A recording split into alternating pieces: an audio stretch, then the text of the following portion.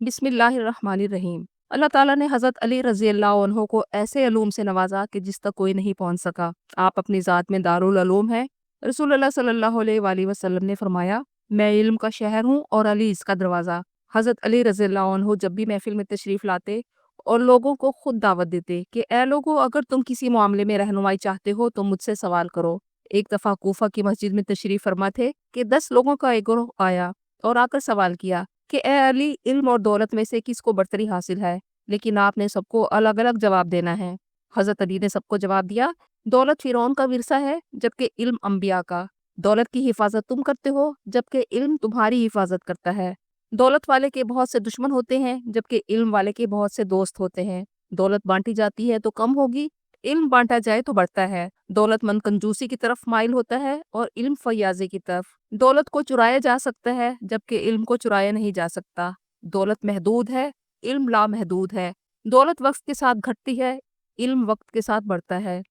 دولت سے دل و دماغ پر سیاہی چھا جاتی ہے، علم سے دل و دماغ روشن ہو جاتے ہیں۔ دولت نے فرعون اور قارون جیسے خدائی کا دعویٰ کرنے والے پیدا کیے جبکہ علم انسان کو سچے علم سے متعارف کرواتا ہے۔ شیر خدا حضرت علی رضی اللہ عنہ کی ولادت سے لے کر شہادت تک کی زندگی درس وفا، عدل، شجاعت اور علم کا مجموعہ ہے۔ آپ کی ولادت مکہ معظمہ میں 13 رجب 600 عیسوی میں ہوئی۔ آپ کے والد حضرت ابو طالب رسول اللہ صلی اللہ علیہ وآلہ وسلم کے چچا اور والدہ فاطمہ بنت اسد بن ہاشم کا بھی رسول اللہ صلی اللہ علیہ وآلہ وسلم سے قریبی خاندانی رشتہ تھا۔ اس لحاظ سے حضرت علی بھی بنو ہاشم کے چشم و چراغ تھے۔ یہ خاندان خانہ کعبہ کی خدمات اور حاجیوں کو کھلانے پلانے کی ذمہ داری میں مکہ کا ممتاز خاندان سمجھا جاتا تھا، اور بنو ہاشم کا سب سے بڑا شرف اللہ کی بارگاہ سے رسول اللہ صلی اللہ علیہ وآلہ وسلم کا مبعوث ہونا تھا۔ حضور صلی اللہ علیہ وآلہ وسلم نے حضرت علی کو اپنی کفالت میں لے لیا اور حضرت علی رسول اللہ صلی اللہ علیہ وآلہ وسلم کے گھر ہی رہتے تھے۔ اس طرح حضرت علی رضی اللہ عنہ کو رسول اللہ کی آغوش محبت میں تعلیم و تربیت نصیب ہوئی۔ بچپن سے ہی امور خیر کی طرف راغب تھے اور بت پرستی سے نفرت کرتے تھے، اور یوں آپ کی ذات تربیت محمدی کا شاہکار تھی۔ آپ مسلمانوں کے چوتھے خلیفہ، صحابی رسول، داماد رسول، راوی، کاتب وحی، رسول اللہ صلی اللہ علیہ وآلہ وسلم کے چچا زاد بھائی حضرت امام حسن اور امام حسین رضوان اللہ علیہم اجمعین کے والد محترم اور آئمہ کے جد امجد ہیں۔ آپ کا نام والدہ نے اسد رکھا، رسول اللہ صلی اللہ علیہ وآلہ وسلم نے علی رکھا۔ آپ کی کنیت ابو الحسن اور ابو تراب تھی۔ ایک دفعہ رسول اللہ صلی اللہ علیہ وآلہ وسلم اپنی بیٹی فاطمہ رضی اللہ عنہا کے گھر آئے اور حضرت علی کے متعلق پوچھا کہ تیرے چچا کا بیٹا کہاں ہے؟ حضرت فاطمہ نے جواب دیا کہ مسجد میں ہے۔ آپ حضرت علی کی طرف تشریف لے کر گئے، دیکھا کہ ان کی چادر گر گئی ہے اور مٹی آپ کی کمر سے لگ چکی تھی۔ آپ نے مٹی صاف کی اور 2 مرتبہ فرمایا، اے ابو تراب، اٹھ کر بیٹھ جا۔ یہ نام ابو تراب حضرت علی کو بہت محبوب تھا۔ رسول اللہ صلی اللہ علیہ وآلہ وسلم نے آپ کے والد حضرت ابو طالب کی آغوش میں تربیت پائی اور نبوت کے منصب پر سرفراز ہونے کے بعد انہی کی زیر حمایت مکہ میں دعوت حق دی۔ حضرت ابو طالب ہر موقع پر رسول اللہ صلی اللہ علیہ وآلہ وسلم کی حمایت اور حفاظت فرماتے تھے۔ آپ کی والدہ حضرت فاطمہ بنت اسد رضی اللہ عنہا ابتدائی دور کی مسلمان خواتین میں سے تھی۔ آپ نے مدینہ ہجرت کی اور وہیں انتقال ہوا تو رسول اللہ صلی اللہ علیہ وآلہ وسلم نے اپنی قمیض ان کے کفن کے لیے دی اور نماز جنازہ خود پڑھائی، پھر ان کی قبر میں لیٹ کر ان کے لیے دعا فرمائی، اللہ تم پر رحم کرے اے میری ماں، تم میری اپنی ماں کے بعد ماں تھی۔ نبوت کے پہلے 3 سال تک اعلانیہ تبلیغ کا حکم نہ ہوا تھا۔ ایک دن حضرت علی نے رسول پاک صلی اللہ علیہ وآلہ وسلم اور حضرت خدیجہ رضی اللہ عنہا کو عبادت کرتے دیکھا تو پوچھا، یہ آپ کیا کر رہے ہیں؟ نبی کریم نے فرمایا، یہ اللہ کا دین ہے، میں تمہیں ایک اللہ پر ایمان لانے کی دعوت دیتا ہوں۔ یوں حضرت علی رضی اللہ عنہ نے تقریباً 10 سال کی عمر میں بچوں میں سب سے پہلے مسلمان ہونے کا شرف حاصل کیا۔ نبوت کے چوتھے برس قرآن پاک کی سورت الشعراء کی آیت نمبر 214 نازل ہوئی، اور اپنے قریبی رشتہ داروں کو ڈرائیے۔ تو نبی کریم صلی اللہ علیہ وآلہ وسلم نے بنو ہاشم اور قریبی رشتہ داروں کو اپنے چچا ابو طالب کے گھر دعوت پر بلایا۔ دعوت کا تمام انتظام حضرت علی رضی اللہ عنہ نے کیا۔ رسول اللہ صلی اللہ علیہ وآلہ وسلم نے دعوت اسلام دی اور پوچھا کہ کون اس دین میں میرا مددگار ہوگا؟ تو حضرت علی فوراً کھڑے ہوئے اور فرمایا، گو میں عمر میں سب سے چھوٹا ہوں اور مجھے آشوب چشم کا عارضہ بھی ہے اور میری ٹانگیں بھی دبلی پتلی ہیں، لیکن میں آپ کا مددگار بنوں گا۔ نبوت کے بعد رسول اللہ صلی اللہ علیہ وآلہ وسلم تقریباً 13 برس تک اسلام کی صدا بلند کرتے رہے، لیکن کفار مکہ مسلمانوں پر مظالم ڈھاتے رہے۔ آخر رسول اللہ صلی اللہ علیہ وآلہ وسلم نے اپنے جان نثاروں کو ہجرت کا حکم دیا۔ مسلمان ایک ایک کر کے ہجرت کر کے جانے لگے تو مشرکین کو اندیشہ ہوا کہ اس طرح مسلمان ہمارے قبضہ اقتدار سے باہر ہو جائیں گے اور ممکن ہے وہ اپنی قوت مضبوط کر کے ہم سے انتقام لے۔ اس خطرہ نے انہیں رسول اللہ صلی اللہ علیہ وآلہ وسلم کی جان کا دشمن بنا دیا۔ ایک بار انہوں نے رسول اللہ کے قتل کا ارادہ کیا، لیکن ابھی توحید کی روشنی سے شرک کے اندھیرے ختم ہونا تھے۔ ابھی آفتاب رسالت کیسے غروب ہو سکتا تھا؟ وہی الہی کے ذریعے رسول اللہ کو مشرکین کے ارادوں کی خبر دے دی گئی اور ہجرت کا حکم ہوا۔ آپ نے حضرت علی رضی اللہ عنہ کو اپنے بستر پر آرام کرنے کا حکم دیا اور جو امانتیں رسول اللہ کو سونپی گئی تھی وہ حضرت علی کے حوالے کر دی۔ حضرت ابوبکر صدیق رضی اللہ عنہ کے ہمراہ مدینہ ہجرت فرما گئے۔ مشرکین صبح سویرے اپنے ناپاک ارادے کے ساتھ اندر آئے اور یہ دیکھ کر حیران رہ گئے کہ رسول اللہ کی جگہ آپ کا ایک جانثار آپ پر قربان ہونے کے لیے تیار ہے۔ اس کے بعد آپ رضی اللہ عنہ 2-3 دن مکہ رہے اور پھر مدینہ ہجرت کر گئے۔ حاضرین، سلسلہ غزوات میں سب سے پہلا مارکہ غزوہ بدر 2 ہجری میں ہوا۔ رسول اللہ صلی اللہ علیہ وآلہ وسلم اپنے 313 جانثاروں کے ساتھ روانہ ہوئے۔ آگے آگے 2 سیاہ رنگ کے علم تھے، ایک حضرت علی رضی اللہ عنہ کے ہاتھ میں تھا۔ جب میدان کے قریب پہنچے تو رسول اللہ نے حضرت علی کو چند منتخب جانثاروں کے ساتھ دشمن کی نقل و حرکت کا پتہ چلانے کے لیے بھیجا۔ انہوں نے نہایت خوبی سے یہ ذمہ داری سر انجام دی اور مسلمانوں نے کفار کے آنے سے پہلے بدر میں اہم مقامات پر قبضہ کر لیا۔ 17 رمضان المبارک جمعہ کے دن لڑائی شروع ہوئی۔ مشرکین کی طرف سے 3 بہادر جنگجو عتبہ، شیبہ اور ولید بن عتبہ نکلے اور مسلمانوں سے مبارزت طلب ہوئی۔ 3 بہادر انصاری مسلمانوں نے ان کی دعوت پر لبیک کہا اور آگے بڑھے۔ مشرکین مکہ نے ان سے نام اور نسب پوچھا۔ جب یہ معلوم ہوا کہ یہ یثرب کے نوجوان ہیں تو مشرکین نے ان کے ساتھ لڑنے سے انکار کر دیا اور رسول اللہ صلی اللہ علیہ وآلہ وسلم کو پکار کر کہا کہ ہمارے مقابلے میں ہمارے برابر قبیلہ قریش کے آدمی بھیجو۔ اس پر رسول اللہ نے اپنے خاندان کے 3 قریبی عزیزوں حضرت حمزہ رضی اللہ عنہ، حضرت علی رضی اللہ عنہ اور حضرت عبیدہ بن حارث رضی اللہ عنہ کو میدان میں بھیجا۔ حضرت علی رضی اللہ عنہ نے ولید بن عتبہ کو قتل کر دیا۔ حضرت حمزہ رضی اللہ عنہ نے شیبہ بن ربیعہ کو جہنم رسید کیا۔ حضرت عبیدہ بن حارث رضی اللہ عنہ کا مقابلہ عتبہ بن ربیعہ سے تھا۔ دونوں شدید زخمی ہو گئے تو حضرت علی رضی اللہ عنہ نے جھپٹ کر ان کے حریف عتبہ کو قتل کر دیا۔ اس کے بعد عام جنگ شروع ہوئی۔ حضرت علی نے بہت سے مشرکین کو جہنم رسید کیا اور مسلمانوں کو فتح کی نوید ملی۔ 2 ہجری میں رسول اللہ نے اپنی پیاری بیٹی سیدہ فاطمہ الزہرا رضی اللہ عنہا کا نکاح حضرت علی رضی اللہ عنہ سے کر دیا اور پوچھا، اے علی، تمہارے پاس مہر ادا کرنے کے لیے کچھ ہے؟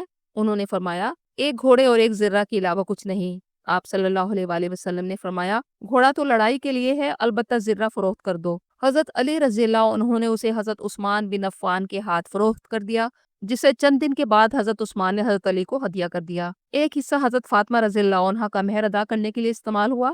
حضرت علی رضی اللہ عنہ نے ولیمے کا انتظام کیا جس میں جو کی روٹی، کھجوریں، گوشت اور دودھ شامل تھا۔ نکاح کے چند ماہ بعد سیدہ فاطمہ الزہرا کی رخصتی ہوئی۔ بچے ہوئے درہموں سے گھر کی ضرورت کی چیزیں خرید لی گئیں، جن میں کھجور کی چھال بھرا گدا، 2 تکیے، مشکیزہ، چکی اور چند برتن شامل تھے۔ دلہن کے والد محترم حضرت محمد صلی اللہ علیہ وآلہ وسلم ہی دلہا حضرت علی رضی اللہ عنہ کے ولی تھے۔ یہ چند چیزیں پوری زندگی حضرت فاطمہ الزہرا کی رفیق رہیں۔ 3 ہجری میں احد کا مارکہ پیش آیا۔ ابتدا میں قلیل تعداد کے باوجود مسلمانوں نے کافروں کو بھگا دیا، لیکن جب رسول اللہ صلی اللہ علیہ وآلہ وسلم کی ہدایت پر عمل نہ کیا اور حضرت عبداللہ بن جبیر کے تیر اندازوں نے اپنی جگہ چھوڑ دی تو مشرکین مکہ نے اچانک پیچھے سے آ کر حملہ کر دیا۔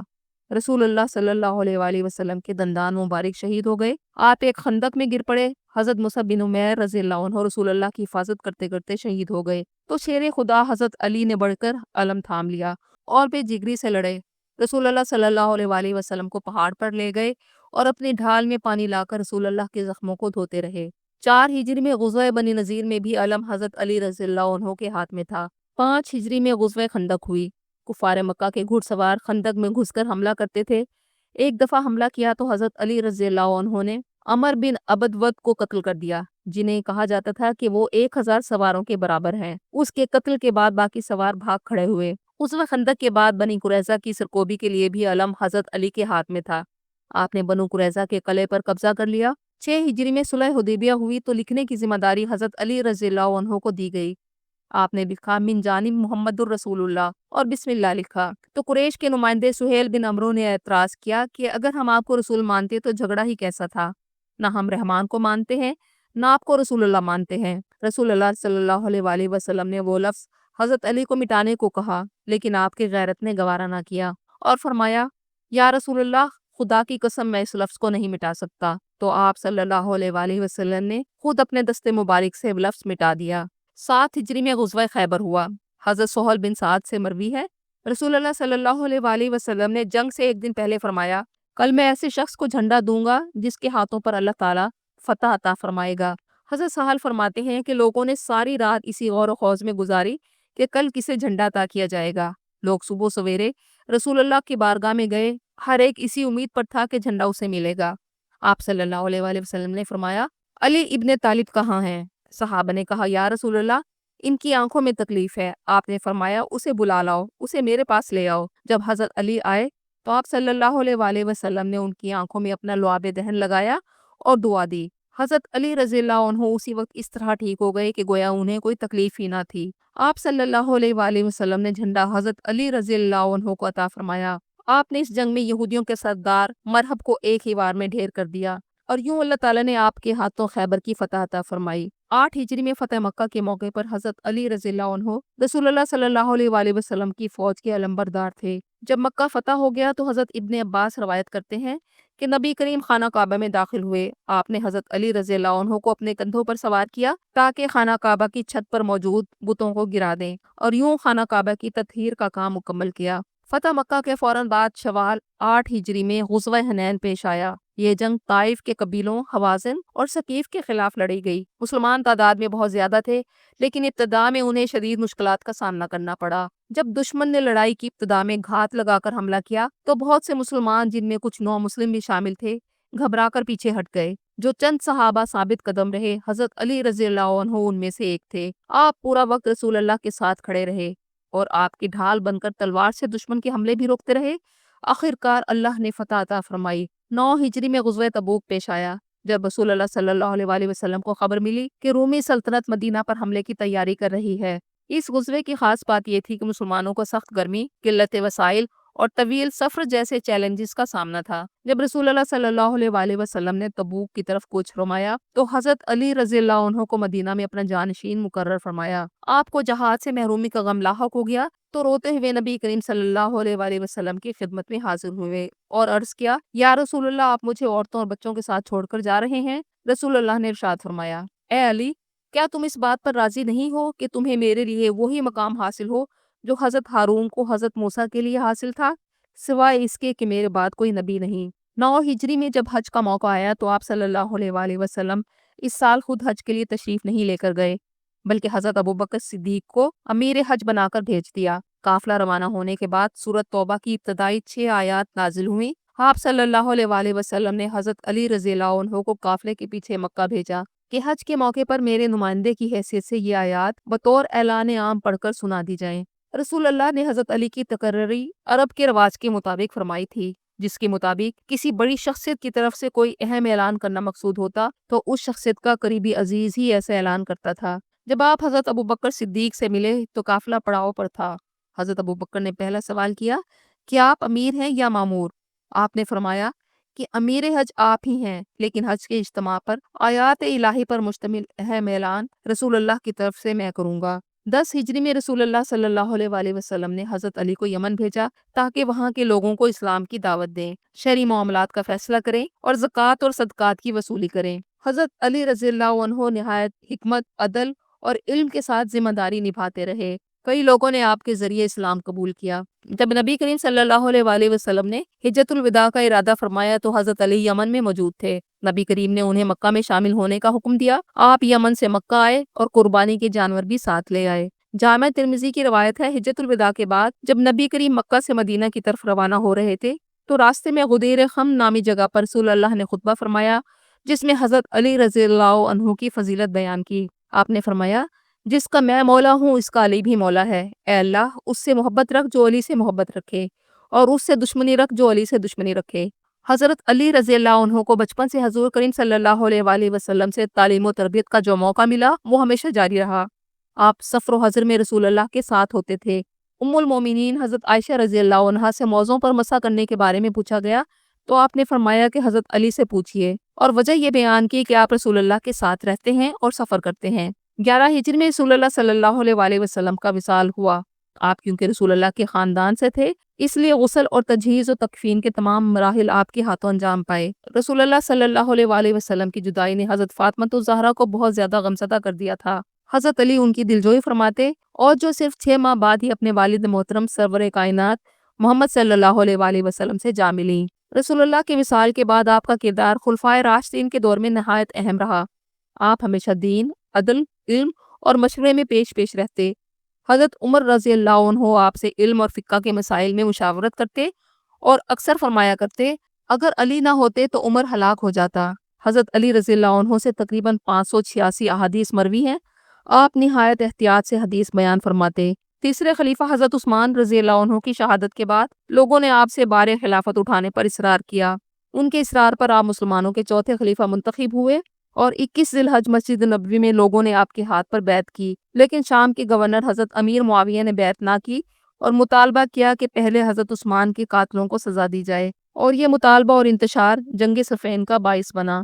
جب آپ نے بار خلافت سنبھالا تو آپ کے دور میں فتنوں نے سر اٹھا لیا۔ یہ فتنے حضرت عثمان رضی اللہ عنہ کے دور میں شروع ہو چکے تھے۔ 36 ہجری میں حضرت علی رضی اللہ عنہ اور حضرت عائشہ رضی اللہ عنہا اور حضرت طلحہ، حضرت زبیر جیسے جلیل القدر صحابہ کے درمیان جنگ جمل ہوئی۔ اصل مقصد قاتلان عثمان کے خلاف اقدام اٹھانا تھا، مگر غلط فہمیوں اور منافقوں کی سازش کے باعث یہ جنگ شروع ہو گئی۔ جب جنگ جمل ختم ہوئی تو حضرت علی رضی اللہ عنہ نے ام المومنین حضرت عائشہ رضی اللہ عنہا کو ان کے بھائی محمد بن ابی بکر کے ساتھ روانہ کیا۔ حضرت عائشہ رضی اللہ عنہا پوری زندگی اس پر افسوس کرتی رہیں اور منافقوں کی سازش کے باعث کئی مسلمانوں کے ہاتھوں شہید ہو گئے۔ اسی دوران حضرت علی رضی اللہ عنہ کے دور میں خوارج کا گروہ پیدا ہوا جو خود کو سچے مسلمان سمجھتے اور دوسروں پر کفر کے فتوے لگاتے تھے۔ انہوں نے عام مسلمانوں اور صحابہ کو شہید کیا۔ حضرت علی رضی اللہ عنہ نے ان کے خلاف جنگ نہروان لڑی جس میں ان کی بڑی تعداد ہلاک ہوئی۔ حضرت علی رضی اللہ عنہ کو اندرونی جھگڑوں اور اندرونی سازشوں سے اتنی فرصت نہ مل سکی کہ آپ اسلام کی فتوحات کے دائرے کو بڑھا سکتے۔ آخر ان سازشوں اور فتنوں کے نتیجے میں 19 رمضان 40 ہجری کی صبح جب حضرت علی رضی اللہ عنہ فجر کی نماز کی ادائیگی کے لیے مسجد کوفہ میں داخل ہوئے، نماز کی حالت میں تھے کہ ایک بدبخت خوارجی عبد الرحمن بن ملجم نے سحر آلود تلوار سے سر پر وار کیا۔ آپ کے لبوں پر یہ الفاظ تھے، رب کعبہ کی قسم میں کامیاب ہو گیا۔ 2 دن زخمی حالت میں رہے۔